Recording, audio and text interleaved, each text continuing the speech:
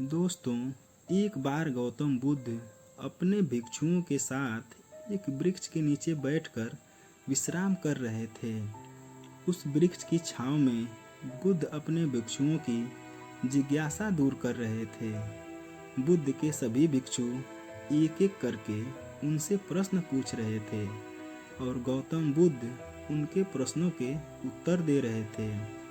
बुद्ध के उन भिक्षुओं में से कुछ भिक्षु ऐसे भी थे जो कुछ समय पहले ही संघ से जुड़े हुए थे, जिसके कारण अभी उनके भीतर वह समझ पैदा नहीं हुई थी जो गौतम बुद्ध के प्रवचनों को समझ सके।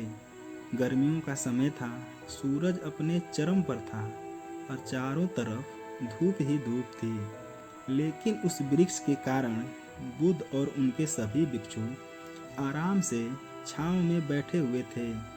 इतने में ही एक भिक्षु की नज़र एक बूढ़े व्यक्ति पर पड़ती है जो उस वृक्ष के पास से ही गुजर रहा था। वह भिक्षु उस बूढ़े व्यक्ति को देखकर अचानक से ही हंसने लगता है। उस बूढ़े व्यक्ति की उम्र बहुत ज़्यादा हो गई थी, जिसके कारण उसकी कमर मुड़ गई थी। उस बूढ़े व्यक्ति के हाथ में एक डंडा था, जिसका सहारा लेकर वो बूढ़ा व्यक्ति अपनी मंजिल तक पहुंचने का प्रयास कर रहा था। उस बूढ़े व्यक्ति का शरीर केवल हड्डियों का ढांचा मात्र था। अपने भिक्षु को हंसते हुए देख बुद्ध उनसे कहते हैं कि मेरे प्रिय भिक्षुओं, कृपा कर हंसो मत, क्योंकि जिस व्यक्ति को देखकर तुम अभी हंस रहे हो वो कोई साधारण व्यक्ति नहीं है, बल्कि वह व्यक्ति इसी क्षण तुम्हारे जीवन को रूपांतरित करने की क्षमता रखता है। जो आज तक मैं तुम्हें सिखा नहीं पाया, वह बूढ़ा व्यक्ति यह सब तुम्हें सिखा रहा है। इसके द्वारा दी गई सीख को बेकार न करो।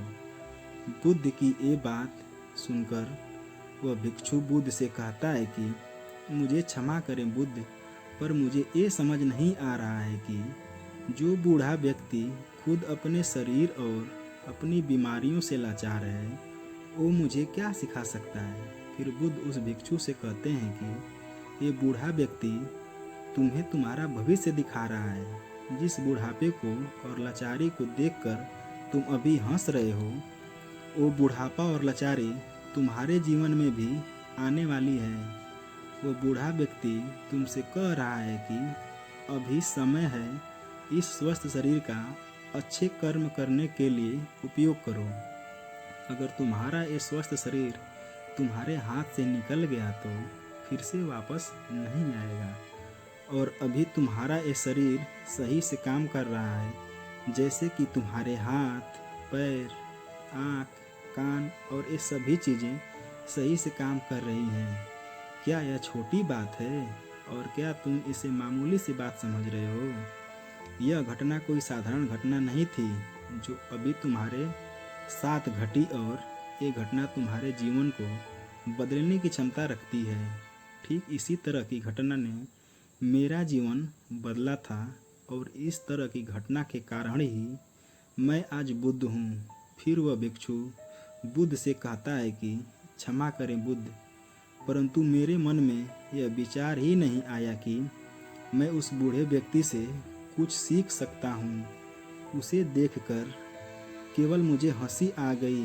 ऐसा इसलिए हुआ क्योंकि तुम्हें अपने भीतर कहीं ना कहीं लगता है कि जिस स्थिति में आज वो बूढ़ा व्यक्ति है, उस स्थिति में तुम कभी नहीं जाओगे। जिस बुढ़ापे और लाचारी का सामना आज वो बूढ़ा व्यक्ति कर रहा है, तुम्हें लगता है कि उसका सामना तुम कभी नहीं करोगे, इसलिए तुम उस बूढ़े व्यक्ति को देखकर हंस पाए। तुमने सच्चाई को नज़रअंदाज कर दिया। अगर तुम सच्चाई को देख लेते तो चाहकर भी अपने आँखों के आंसुओं को रोक नहीं पाते, परंतु तुमने सत्य को अनदेखा कर दिया।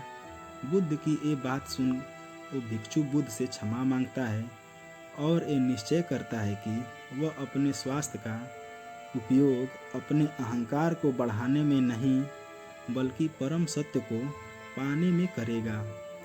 दोस्तों, जो लोग इस कहानी को पढ़ रहे हैं, हो सकता है कि आप बड़ी बड़ी समस्याओं में हो या हो सकता है कि आप परेशानियों में हो, लेकिन फिर भी एक बात को हमेशा ध्यान में रखना कि जब तक आपका स्वास्थ्य ठीक है तब तक आप किसी भी बड़ी से बड़ी समस्या से बाहर आ सकते हैं।